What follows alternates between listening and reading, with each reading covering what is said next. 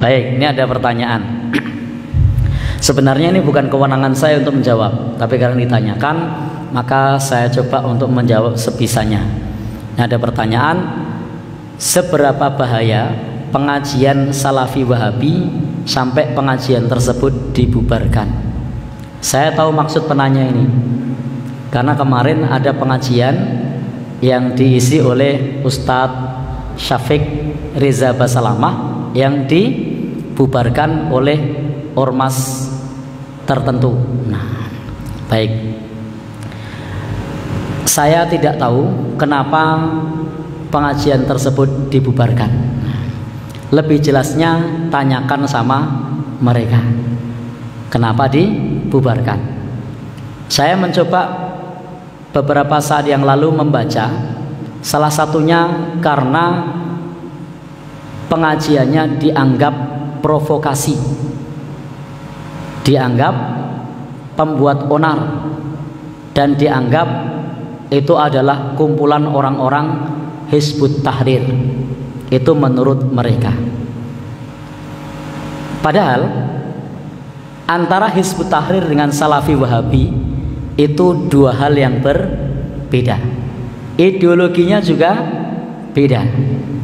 Itu beda. Nanti lebih jelasnya bisa tanyakan saudara kita yang di sebelah ini, yang paham dengan keduanya.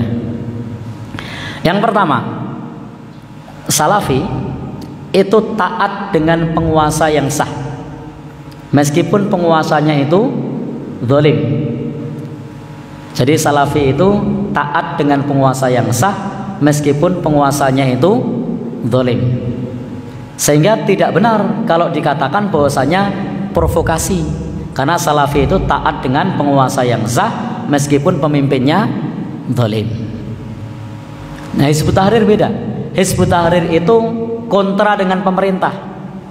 Hizbut Tahrir itu salah satu perjuangannya adalah untuk mengimbangi dominasi media dari pemerintah, sehingga isi dari media-media Hizbut Tahrir itu adalah kritik terhadap kebijakan-kebijakan pemerintah. Sementara kalau Salafi itu jangankan untuk mengkritik, ngerasani saja mereka tidak berani. Jadi orang Salafi itu ngerasani saja tidak berani, apalagi mengkritik. Tapi kalau Hizbut Tahrir itu biasa mengkritik kebijakan pemerintah. Salafi tujuan dakwahnya adalah menegakkan tauhid. Kalau ditanya apa tujuan dakwahnya, dakwahnya adalah menegakkan tauhid. Kalau Hizbut Tahrir tujuannya apa? Menghidupkan kembali Ustaz? Khilafah Islamiyah. Nah, jadi tujuannya adalah menghidupkan kembali khilafah Islamiyah. Jadi beda. Maka tuduhan itu tidak benar, karena beda. Jadi barangkali mereka berkumpul pun antara Hizbut Tahrir dengan Salafi ini tidak ketemu secara ideologi, karena yang satu anti mengkritik pemerintah, yang satu suka mengkritik pemerintah. Yang satu tujuannya adalah menegakkan tauhid, yang satu tujuannya adalah mendirikan khilafah. Dua hal yang berbeda. Jadi tidak benar kalau yang dimaksud seperti itu.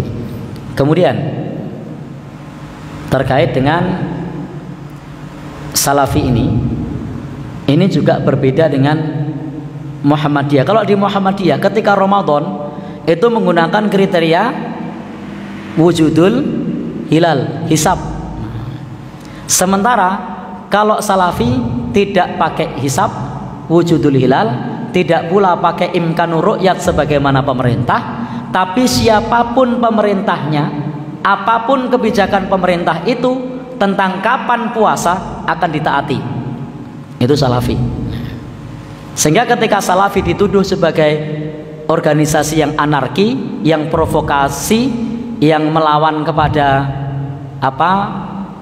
penguasa, maka itu tidak benar. Tetapi kalau kemudian disebut sebagai organisasi, salaf disebut organisasi, itu juga tidak benar.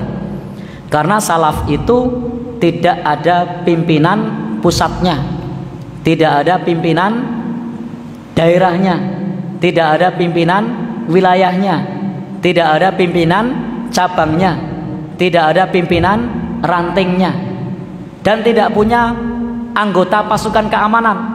Kalau Muhammadiyah kan punya kokam, ormas sebelah juga punya. Kalau Salafi enggak, karena memang bukan organisasi. Salafi itu bukan organisasi. Kalau Hizbut Tahrir, betul, Hizbut Tahrir itu organisasi dan sudah dibubarkan organisasinya. Kenapa harus diungkit-ungkit lagi? Sudah dibubarkan organisasinya Hizbut Tahrir itu. Tapi kalau Salafi itu bukan organisasi. Maka ketika banyak para thalibul ilmi yang pulang dari Universitas Islam Madinah, yang pulang dari Timur Tengah, yang mereka kemudian berdakwah di negeri kita, yang mengusung satu tema dakwah untuk kembali kepada Al-Quran dan As-Sunnah, untuk tasfiyah, memurnikan ajaran Islam, maka itu adalah gerakan mereka. Itu adalah kesadaran siapapun yang mereka ingin kembali kepada Al-Quran dan As-Sunnah. Jadi tidak punya organisasi, tidak punya organisasi. Dan bisa jadi Salafi yang ada di Jogja dengan yang ada di Jawa Timur, dengan yang ada di Jawa Barat, alumni dari Yaman, alumni dari Saudi, itu punya fikih yang berbeda. Jadi punya fikih yang berbeda. Ada yang kepada fikih Syafi'i, ada yang ke fikih Hambali, ada pula ke fikih-fikih yang lainnya. Jadi kalau kemudian disebut organisasi, Salafi bukan organisasi, tapi itu adalah manhaj, itu adalah metode dalam berdakwah untuk merujuk kepada Al-Quran dan As-Sunnah. Dan kalau demikian, maka diakui atau tidak, Muhammadiyah itu adalah pelopor gerakan kembali kepada Al-Quran dan As-Sunnah. Sebelum maraknya seperti saat ini, adanya dakwah dari saudara-saudara kita salaf, Muhammadiyah itu sudah menyatakan diri sebagai gerakan tajdid, gerakan pemurnian. Tajdid itu artinya pembaharuan, tapi pembaharuan dalam agama itu adalah kembali kepada sumbernya, bukan kemudian dipoles, bukan. Kalau agama tajdid, pembaruan, itu artinya kembali kepada sumbernya.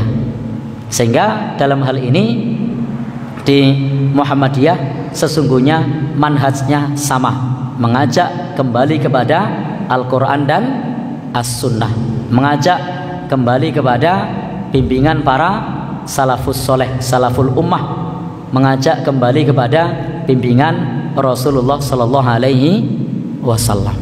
Wallahu alam bishawab. Jadi kesimpulannya belum terjawab ya, apa sebabnya, apa bahayanya, silahkan tanyakan ke mereka.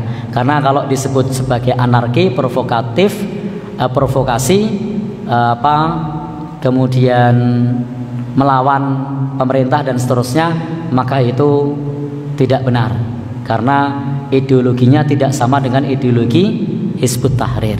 Allah alam.